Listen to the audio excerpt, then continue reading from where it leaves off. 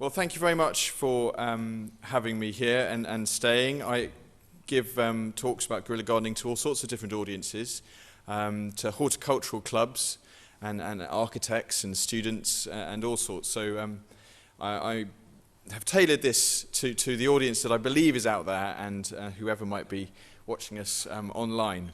And it is not, just to clear this up, anything to do with those kind of guerrillas. In the English language, the words are pronounced almost identically. It's actually much more closely related to those two characters on the left there who I photographed on a market stall in Amsterdam last summer. Of course, Che Guevara and Mao Zedong. And regardless of their politics, and I'm not actually going to go into their politics at all, both of them wrote two books on guerrilla strategies. And those strategies are very relevant to guerrilla gardeners. And the reputation of those two men is actually extremely relevant for why guerrilla gardening even has its name. Because these two men, they're worthy of being put on satchels sold in market stalls. They have become icons of courageous grit and heroicism, even though the campaigns that the two of them were fighting for have failed as they envisioned them.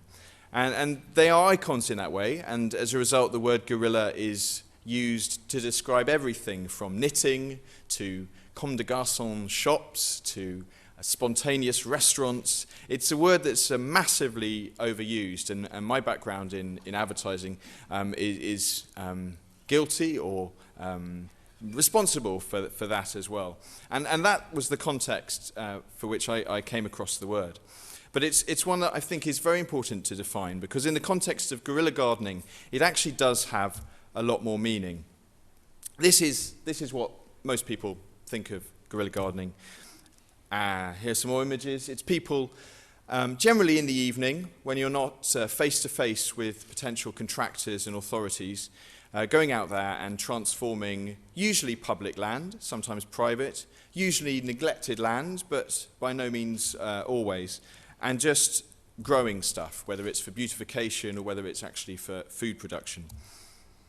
And I mapped out in the front of my book hotspots. Well, frankly, this map is pretty meaningless. These are the references in the book that I cover. But actually, guerrilla gardening is happening all over the place, even if people don't use that term. And it's been going on for hundreds of years. It's a pretty simple act of going out there and gardening if you don't happen to own the deeds or have permission for the land. But it's become much more popular recently, because I think the issues behind why people do it now are becoming greater. In fact, that's why we're here today in some ways. And the media have played a part in that. They've picked up on my blog, they've picked up on other people's blogs, and here are some headlines from the last few years, reporting, thankfully, the movement in pretty supportive and quite light-hearted terms, spreading the idea further around. And it's not just the conventional media as well. The informal media is also spreading the message.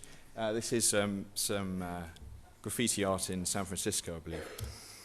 So back to the word guerrilla. It's actually Napoleon who is the man that triggered the guerrilla response. He was invading what is now Spain and Portugal in 1813, the Iberian Peninsula Wars.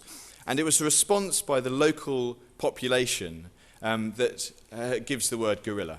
They were largely farmers, and they were there to protect their land and their crops and their livelihoods from these imperialistic forces going in there thinking they know better how to run a country and what to do. And these were not organized soldiers. That's the difference. These people were motivated from within. They knew what they wanted to achieve, and they went about pragmatically, sporadically, albeit with the help of the British and Duke of Wellington over the other side of Portugal. But they did manage to push him back. And they were called the guerrilleros, the little war, the little soldiers. And throughout then the 19th century and into the 20th century, those tactics of guerrilla warfare, as it became known, have become much more popular. But old Che, well, his image is used to advertise newspapers and the church in Britain. It is very, very overused. But I think in the case of guerrilla gardening, we are doing something that is like those original fighters. It is about our land. It is generally about local people in their local area. And it is illegal, incredibly. It is illegal. In Britain, what I do is classified as criminal damage. I've not been arrested, but I've been threatened with it and been given the choice. And the authorities' response is usually turning a blind eye, or sort of admitting a sense of confusion. It puts them in a difficult position, because if you take the activity of guerrilla gardening to a logical conclusion, it is anarchy. People just seizing land, thinking they know what's best for it, without any discussion beforehand. But we're a long way from that at the moment, and in my experience and the guerrilla gardeners I've met, what we do is actually a step towards permission and legality and recognition and legitimization. It is that action, rather than the conversation, that gets us there and shows people what can be achieved. And so I'm going to show you a lot of illicit cultivation of someone else's land.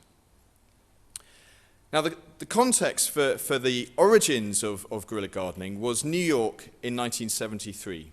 That's where the term was first coined. And New York in 1973 was it was a pretty exciting place, I suppose, a pretty grim place by today's common standards for how you judge a good city to live in. It was going through a pretty bad economic slump, which is a bit worrying for New York now. Their boom of the 20th century had waned significantly, and people were leaving the city. They were migrating off to New Jersey, depopulation. Central Park, Frederick Law Olmsted's jewel in the crown of Manhattan, by this point, Johnny Carson joked, had squirrels in it that were addicted to crack cocaine. It was not somewhere you wanted to hang out, let alone wanted to go and do some gardening.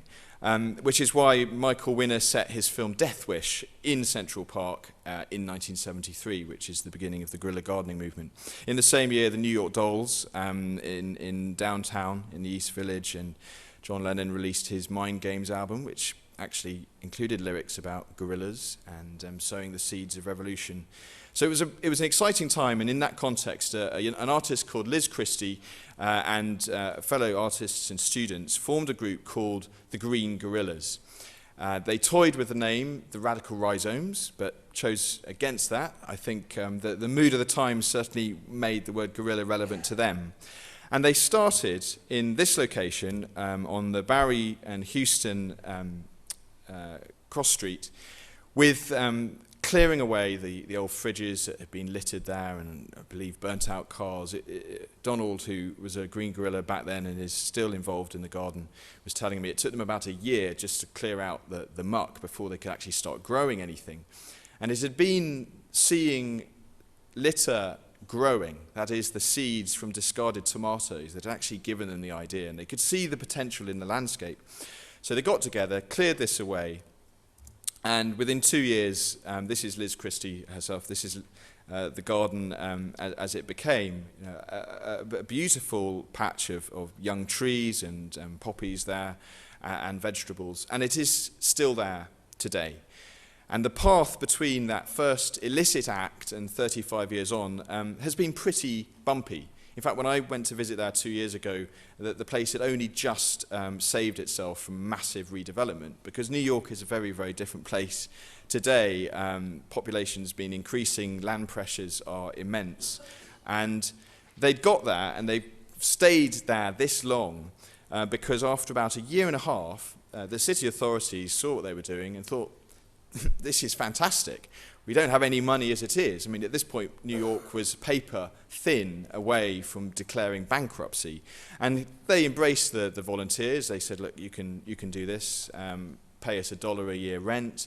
And the land actually was private. But because the landowner had abandoned it and he wasn't paying his sanitation taxes, the city was able to take it back as theirs. And the path towards a lot of these guerrilla gardens in New York, because this was the first which inspired many others, and Liz was driving around in her blue Datsun tools laden in the back, helping people start theirs. The path was bumpy because of the development pressures, because Giuliani, both as a housing representative and later as mayor, didn't like this movement. He dismissed them on a local radio station as a bunch of communists, didn't like them at all, didn't want anything to do with it, and was keen to sell off the land and develop on it. But when Bloomberg came in, the land of 600 of these gardens was handed over to the Parks Department, and they are now treasured as miniature little green oases in the city that, of course, bring many other benefits beyond just the plants themselves, benefits to the people. Briefly, my story is only 4 years old, and I was unaware of any of this history or even the term. I moved to this flat. I still live there in the Elephant and Castle district of London. As you can see, I don't have a garden up there, but I missed gardening. I grew up in the southwest of Britain. I'd gardened as a kid. I'd gardened previously in London. I'd had window boxes. But I'd never been so involved as to think, well, I can't live anywhere unless I have my own garden. It occurred to me, living here, that right outside in the neighbourhood, in the public beds that in theory were meant to be being looked after by Southwark Council, there was the potential for me to just make my own garden. It was as simple as that, an act of domestic pride as much as civic pride, and it was not about doing anything more than just making my garden and recording online how that garden went. You can see there on the top left-hand corner what it was like the first night I went down there.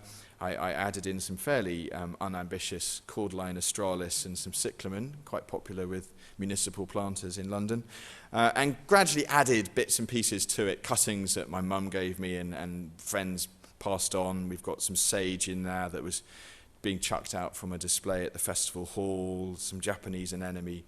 And that went very well. I faced no opposition at all. To be honest, the word guerrilla seemed rather an exaggeration at that time. And I began blogging it. In fact, I've got some more pictures here. Well, the garden spread. There's a lot more than just that little square by the front door. There's a great cascade of brick planters, and if anyone's in London, do go and see it. It's there, by the roadside. So this was it more recently. And I set up this website just as my own blog of what I was doing. And over the subsequent year and a half, people came across it. I came across other people's references to guerrilla gardening. I discovered there was a lot more going on out there. And it's now a pretty busy website. It's still my blog, and there's a community section on there with people contributing from around the world. There's a board for the Netherlands, which I can't understand any of it because it's in Dutch. Although I am aware of guerrilla gardening going on in the Netherlands, and I visited a few guerrilla gardeners last summer, which I'll show you in a moment. So as a background now, I'm just going to give you the context that I think links all of us together, whatever our motivations as guerrilla gardeners. Sort of the fundamental issues is one of resources. When I say we're fighting, we're fighting, as I see it, the scarcity of land. Land is a finite resource, and the neglect. And it's a contradiction, really. If you haven't got much land, you think, well, you're going to make good use of it. You're not going to leave it neglected. But we're not rational creatures. We're not all organised across this planet in regimented squares matching our resource need. Things are chaotic. And guerrilla gardeners, I feel, are a way of resolving that anomaly, avoiding the bureaucracy and sort of sorting it out, making the best of what we've got. But population pressure, there's the old scary chart of how quickly we're filling up this planet, and our increasing need to be living in dense conurbations like here in Sao Paulo. Obviously the well-publicised statistic that more than half the world since 2006 now live in cities means even greater need to make the most of the patches of land in these cities and beyond. Here's a photo I took of a roof of a barge in Amsterdam, Patrick Blanc's wall in Paris, city farm ideas, tower blocks of agriculture, and the islands off the coast of Dubai called The World. Those 4 slides are examples of other things you might want to do, given the restrictions on resources and the absence of land. But for me, a lot simpler than doing any of those grand and in the case of high-rise agricultural buildings as yet realised, is to start at street level, bottom up, quite literally. Shit's been a topic of conversation a lot today. There's some dog poo I photographed in Berlin. And these really are where guerrilla gardeners should begin with. A tree pit that is currently functioning as a cycle park. Obviously the tree is providing some benefits, and a pet urinal, but could be a lot more productive, both in terms of vegetation to eat, but just aesthetically, for the spirit of people walking down that street, and as a way of getting people together, engaging people in a shared activity.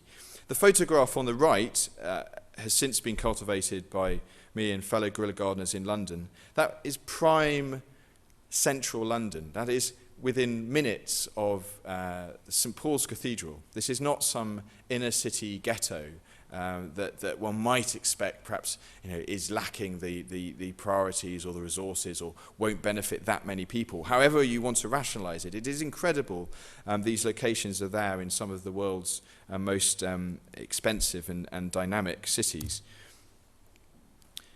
And this is it. This is the simple starting point.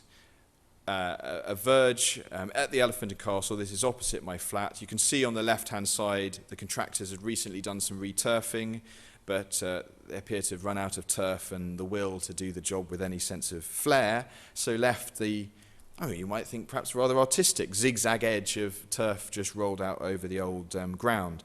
So I seized that as a great opportunity to have some fun, an evening out doing a bit of gardening with my friends, and filled it with some lavender and some campanula and some primula. That is, I did eventually, because this is where the police surrounded us and threatened us with arrest if we didn't put down our tools, which was incredible. It was incredible. The video is online. The Guardian newspaper happened to be there filming for an article they were doing, and captured the whole embarrassing incident, embarrassing that is for the police, incident on film.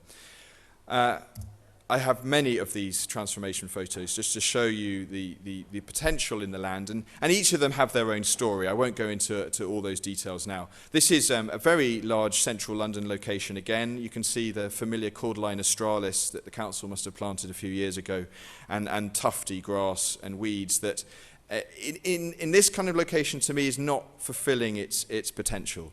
And we chose to fill it with lavender, Lavandula angustifolia. Very, very popular with the bees. And we've heard the bees are very important, and you go down in the summer, it's swarming with them. And the aroma is actually there all year round, even when they're not flowering. We harvest the lavender at the end of the summer. We've done this for 3 years now. Dry that out, stuff them into little pillows, then sell that to raise more money for more gardening. It took us 4 nights of about 20 different people doing this patch. Nobody's ever come and challenged us about this at all. It transpired, and this is actually relatively typical, the land is confused space.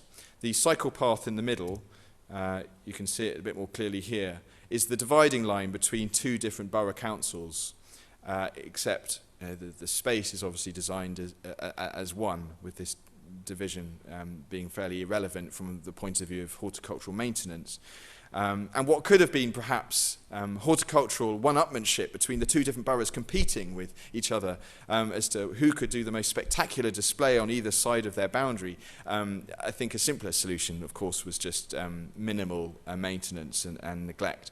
So we've taken it over. That's another photo at a different time of the year with the red poppies, and it's like a stage. Gardening here at night, because there are the traffic lights, means that there's a constant temporary static audience. It's like being a street performer in Covent Garden with sort of people slowly passing by, and they roll down their windows and inquire what we're up to, generally offer support if they've heard about our existence. And guerrilla gardening then sort of become something else. It's not just about growing stuff. It's not just about getting out there, having some fresh air. It really does become some kind of theatre. It depends on the location. It depends how you want to go about gardening. I don't mind chatting to the passers-by. For me, it's an important way of getting the message across. Other gardeners will scuttle away and just get on with doing the weeding. This is Luke in Montreal, who you can see on the left began with some dirt, windblown dirt, and a few tree pits on the edge of a street in Montreal. And he's an extremely competent gardener and has filled this up with a beautiful mixed bed, which happens to be next to a nursery. It wasn't a consideration of his at the time, but the nursery were incredibly appreciative of it. They've helped him out by giving him a bit of funding. And between his love of gardening, I mean, he lives around the corner, and their pride and I suppose their marketing for parents to send their children there, the project has flourished, and he's got to know his community better. A new group began earlier this year in Los Angeles.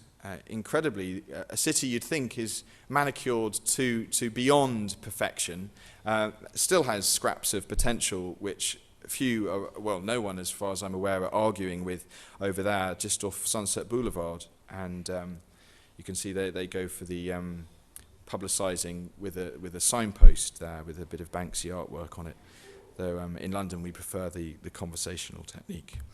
I think in LA, perhaps you just don't have so many people walking along the street. You need something a bit more intrusive. I found these photos just this morning. I don't know who they are, but these are Dutch guerrilla gardeners. I know I think the Green Left Party in the Netherlands has been doing a lot to get people interested in guerrilla gardening, making both useful clothing points here. The high-vis jacket is extremely valuable for the guerrilla gardener because it's the universal uniform of someone in an official health and safety considering position. The use of the eye masks is something I hadn't seen before, but perhaps it helps focusing the eyes. Here in Milan, we have some modest guerrilla gardening, not quite living up to the stylish reputation that I'd have expected from the capital of international fashion, but a few lavender and rosemary and some geraniums, I think, being added around a rather roughly installed plant, a tree there. I think this is in Brisbane. It's certainly in Australia somewhere. Nisaba is the name she goes by, has been dumping gold tyres around and using those to plant in along the nature strips. In Chicago, again, the classic nocturnal tree pit transformation. And in London and in Santa Barbara, I think they're both tree pits.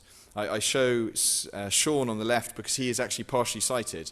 That doesn't stop him. So if anyone out there is tempted to get guerrilla gardening and is thinking of excuses, don't let lack of vision get in the way. It's not just formal planting and neat little beds of herbaceous plants. In England, there's the wild flower meadow movement that's gaining popularity. In fact, I know this is a big deal in Germany as well.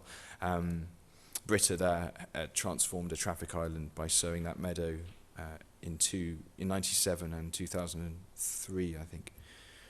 In Toronto, the Public Space Committee, who are a group of activists who get involved in a wide range of different urban issues, whether it's raising awareness of the underground rivers, or whether it's about removing the hurricane fencing that a lot of people put around their gardens and is considered actually pretty unnecessary.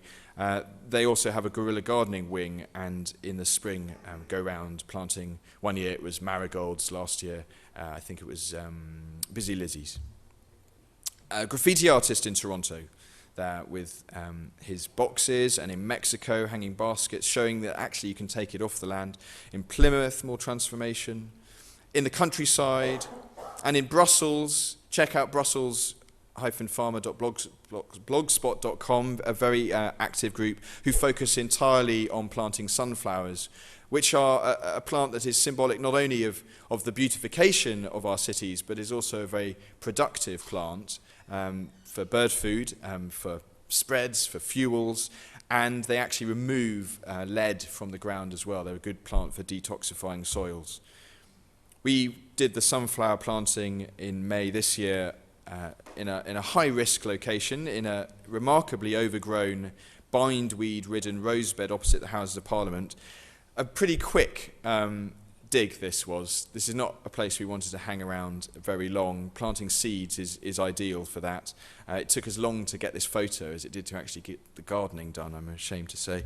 But propaganda is obviously an important part of what we do, and I'm glad to say that the sunflowers bloomed. It was heartening.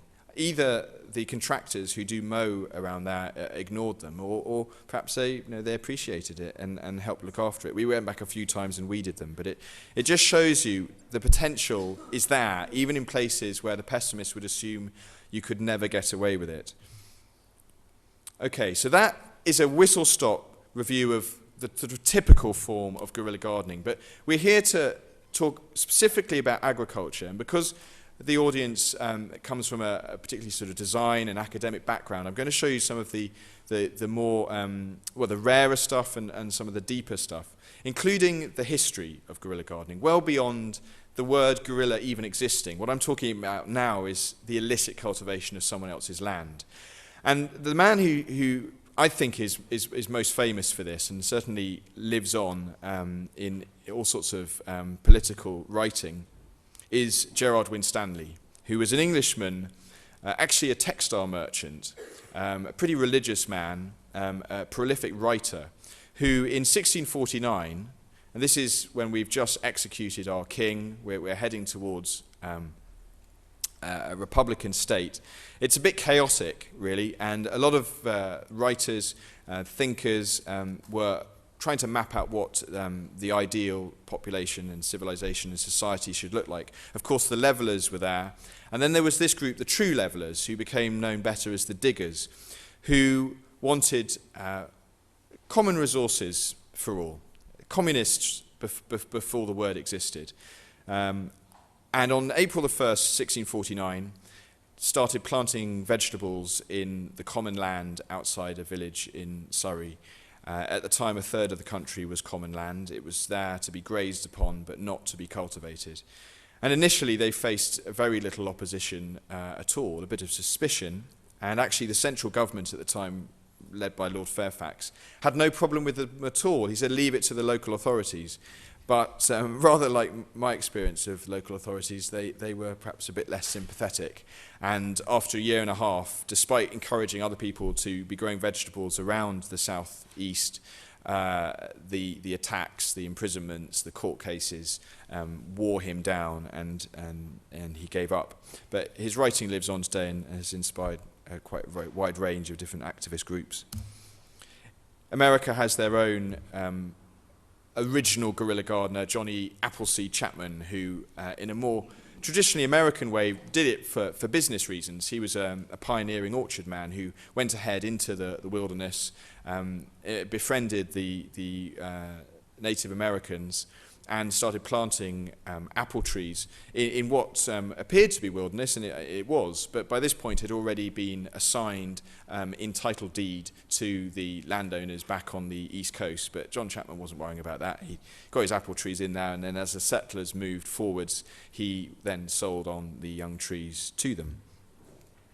So guerrilla gardening, in terms of what we get out of it, what we're not fighting against, but what we're getting out of it is of course beautification, is the food, is the community spirit, are the health benefits of the plants themselves, but also the activity of doing it.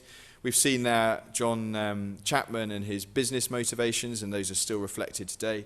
And as a form of expression, and as a media to use, plants are a very potent form of expression and increasingly popular with artists. And these two are all, this lot is all entangled together. I started doing this because I like gardening, but I've realized that the benefits are far wider than that. So to look specifically at food, well, there's Gerard Winstanley and there's 17th century Britain, and the equivalent is actually the less developed countries today. The world in those parts is not so different. In Uganda, a guerrilla gardener visited there last spring and took these photos for me. And I said, look, if you can find informal cultivation, see what you can, see what you can find, see what you can photograph, see what you can find out from people. And of course, it's all over the place. These roadside verges are left wide for potential road expansion, but farmers both extend their crops into it, and those who are lucky, well, unfortunate enough not to actually have their own land, have been planting maize informally along the roadsides. There's another image, and some were not very keen to have their photos taken, or obviously they weren't necessarily all around. But here, Mama Afua was very happy to show off the onions that she'd been planting in her village, despite the fact that that is not her land. It's an old plantation property that has become neglected, and the plantation is no longer as active as it once was. And actually, as a place for mass guerrilla gardening, although I think they might feel uncomfortable with that term, in Latin America, there are swathes of plantations that the agribusinesses have decided are beyond economic workability. They're no longer viable, and they're abandoned. And some of these are actually part of communities. They're not just the fields, but they have villages and schools and churches that are all part of the estate. And when the plantations get closed down, the people are not just jobless, but landless. And they resist at times. And this photo taken by Sebastião Salgado is of an invasion in Brazil of the Panua, I think, estate, which was organized by the MST movement, where they set up home and cultivate. You can see their tools there. And in America, in New York, the guerrilla gardening, although began more as a community and artistic project, grew in popularity amongst Central and South American communities who came to New York with the skills to really grow food in a way that a lot of the Americans and students at the time didn't naturally have. They hadn't grown up with that. They'd grown up with going to the supermarket. And guerrilla gardening for them, and subsequently community gardening, became a way of being able to grow the food that they couldn't buy in New York because the species that were available were not native. And that has grown in popularity. Here we have a guerrilla garden, a pretty famous one that was demolished in 1984 after Giuliani decided to build a tower block on top of it. That was largely the work of one man called Adam Purple, who I'm going to read a little bit about in a moment. He created this as an urban farm in downtown Manhattan, and came to the garden with quite a lot of spirituality as well, which you can see in the form he took. It's a more recent photo. I took these in New York 2 years ago. We've got Adam on the left, who's an old-timer green guerrilla. He was there in the 70s, still growing capsicum in his community garden in Hell's Kitchen. And now over in East New York, which is not gentrified in the way Manhattan is now, but is still a very poor district. This is Johanna, who is a redundant IT worker. She has an incredible garden, a legitimized one now, where she's very proud to show off her marrows. In Britain, there is a growing interest now in growing food and doing so as guerrilla gardeners. This has really happened in the last year or so. I think rising food prices, rising fuel prices have made the need and the interest and the fashionability of growing your own vegetables increasingly popular. A couple of celebrity chefs are morphing into celebrity vegetable growers, which I think is always a good barometer of what's popular. Look at the TV listings.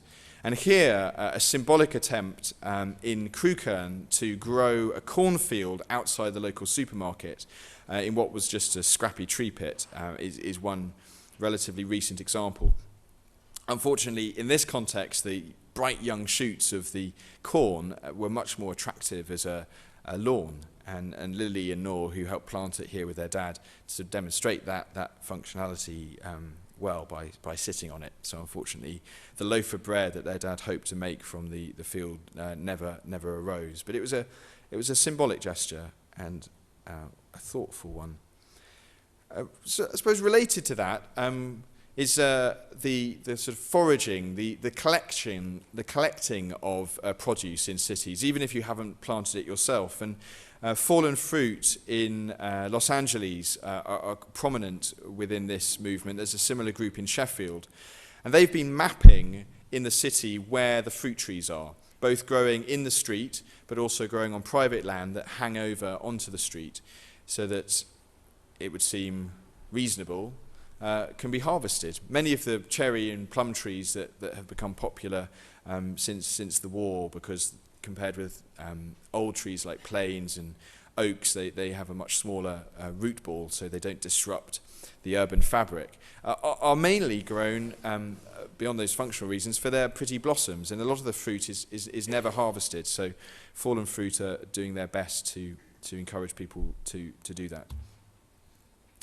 Produce of another kind is also popular amongst some guerrilla gardeners. This photo is in Turbingen. I point out the illicit crop growing amongst the otherwise colourful display of petunias there in South Germany.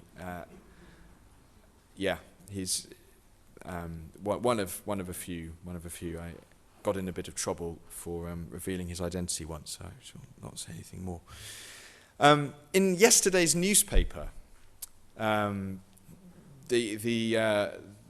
overlap, I suppose, of agriculture, urbanism, and guerrilla activity hit the papers.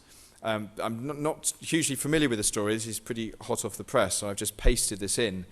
You can read that sort of bourgeois family have been living in a farm commune in the centre of France in a little village called Turnac, and unfortunately they seem to have got caught up with some shopping centre bomb plot in Paris. There's a suspicion that they're involved, and they've been incarcerated.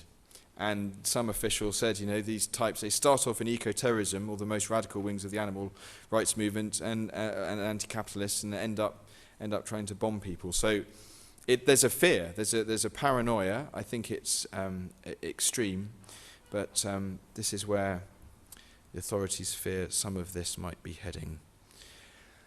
I'm glad to say that other authorities have realised these issues are important, and just to demonstrate it's not all about anti-establishment, I can raise awareness here on behalf of the United Nations Food and Agriculture Organization that just under 2 years ago they launched Food for Cities, which was reported at the time in militaristic terms as a new front in the battle against hunger and malnutrition. And where their focus has been is bringing agricultural skills into the cities of less developed countries, creating allotments in places like Bogota.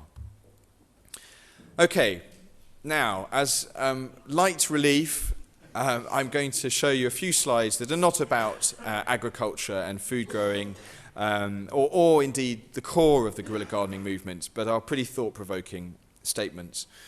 The most famous of which was on May the 1st, 2000, when the UK activist group Reclaim the Streets took over Parliament Square and installed a temporary garden of apple trees and a pond and some pansies and tulips, and covered dear old Winston Churchill's head with a turf mohican, and caused all sorts of damage, which was reported at the time as guerrilla gardening. It's not gardening if gardening is about actually growing stuff. It's a low carbon flower arrangement, an alternative to using petrol bombs. It's much kinder to the environment. So I think it puts the movement in a bit of disrepute, but was widely reported. Similarly, £10,000 worth of damage caused after a hole was dug in a motorway back in 1996 by the same group, who had a good time, you can see. Much more sophisticated and, in fact, far more popular now way of making exactly the same gesture of let's reclaim the streets from cars is by the quite well-known group Rebar in San Francisco, who did this first in September 2006 and have since done it in numerous cities across the USA and I believe in Europe as well.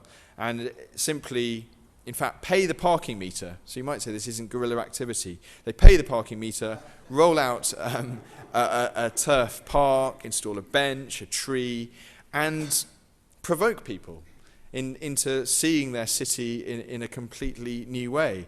And were so provocative and liked, in fact, that the following year, the mayor of San Francisco was quite happy for his parking space to be turfed over. I don't think he seemed to see the sort of double standards in then rolling it up and putting his car back the next day. He was sort of happy to go along with it as a one-off stunt. But I think the more of this kind of gesture, the more people can begin to really sense how cities could be different. Another version of the same idea, this I came across accidentally in Toronto. An old car has been filled to the roof with mud and plants, and turf was where the bonnet would be and the boot at the back. And they got in trouble here. This was not done with a parking permit or parking meter. So yeah, so this was guerrilla. But like many guerrillas, they were able to get permission. Incredibly, they went to court about it, and it was declared by the judge a piece of public art. So it can stay. They're allowed to have it there for 6 months of the year, and then when it gets snowy in the winter, it has to be wheeled away. Another form of guerrilla gardening here in Rotterdam. I don't know if Helmut's here. We've spoken on email, but we've not never met. Helmut here is ad busting, one of several guerrilla gardeners who use plants to obstruct commercial messages in the landscape. Also adopting the high-vis jacket approach, he is planting a tree to obscure this billboard, though the tree was removed. It was a long-term project. More successful was this brilliant piece of guerrilla gardening by Sandy in Portland, outside America's oldest Mercedes dealership. Brilliant. As you can see the before and after there. She just felt inspired. She doesn't describe herself as an activist, but just, well, wanted to provoke and make the statement and raise a few thoughts. And did so incredibly successfully, because that extra bit of box hedge that she matched up was there for 10 days. Mercedes just didn't notice it, blind to their own corporate identity.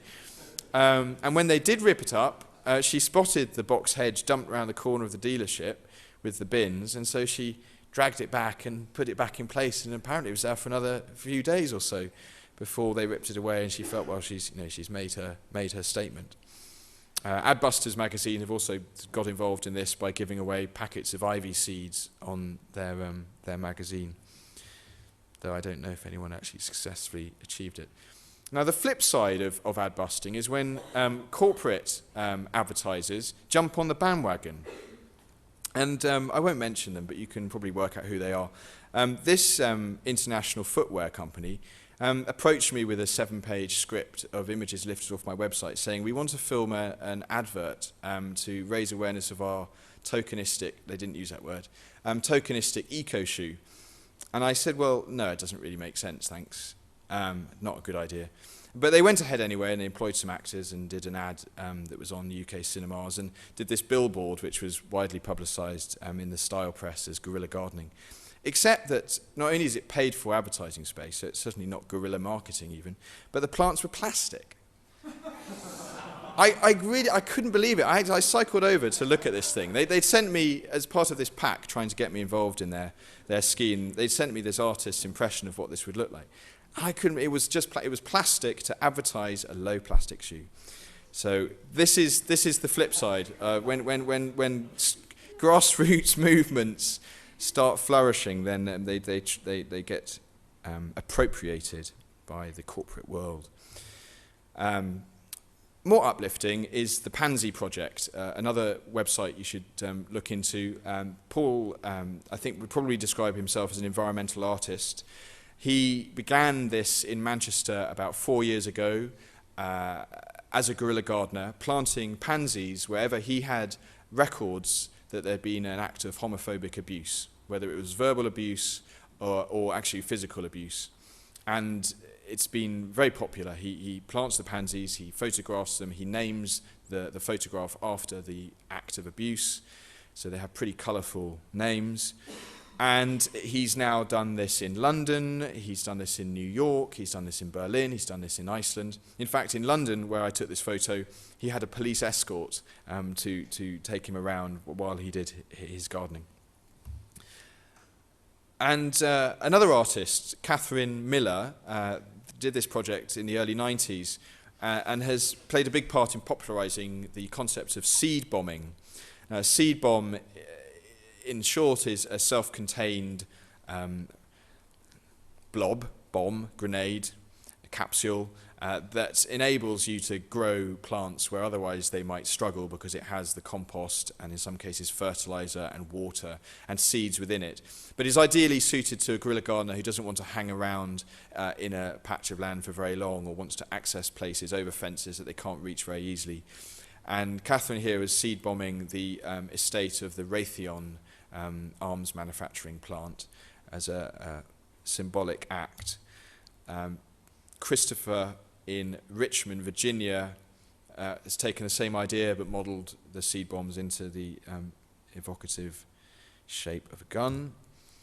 I've sent this photo, I can't remember her name, of Ava in San Diego, just getting together with her friends, making seed bombs. For her, it was the manufacturing process that was the fun activity. The seed bombing itself, she said, was pretty quick and fairly uneventful. She just drove down the road, chucked them out of her car window. But getting her friends around to roll some clay and get some seeds in was what it was all about, which is brilliant. It's just a reminder of the many different benefits. This image, I'll say this is fake, but is also an increasingly popularised idea, though I've yet to see it work very effectively. Helen is an artist and has the vision of moss graffiti. There is a traditional method of encouraging moss to grow on old limestone garden ornaments with yogurt and bits of ground up moss, and you paint it on there and it accelerates the natural process of moss growing. But the idea is that if you do this really well, you can actually create shapes and words in moss on walls, and there are all sorts of versions using glue that I've seen on the internet, but no real ones yet. So I encourage somebody to really make this work. You need a pretty damp environment. That's the difficulty. Moss doesn't grow naturally very easily in cities unless it's pretty damp. Another recent invention by Bloom, the Society Creative in San Francisco, is using bubbles filled with seeds let off the back of bicycles to guerrilla seed sow all over the place. Again, the efficacy has yet to be proven, but it shows potential. And, oh, there's a blank slide. And that's about it. That's it. I would say please do check out the website. It's full of stories. It's full of advice. There's the community section where you can find out what's happening in your area with links to an increasing number of other blogs that is, for people in where they live. I do have a book about it. I brought a few copies with me today that goes into a lot more detail. And yeah, there we go. I've realised I didn't ever tell you more about Adam Purple and the soil, but it's in the book. I'll save that for another time.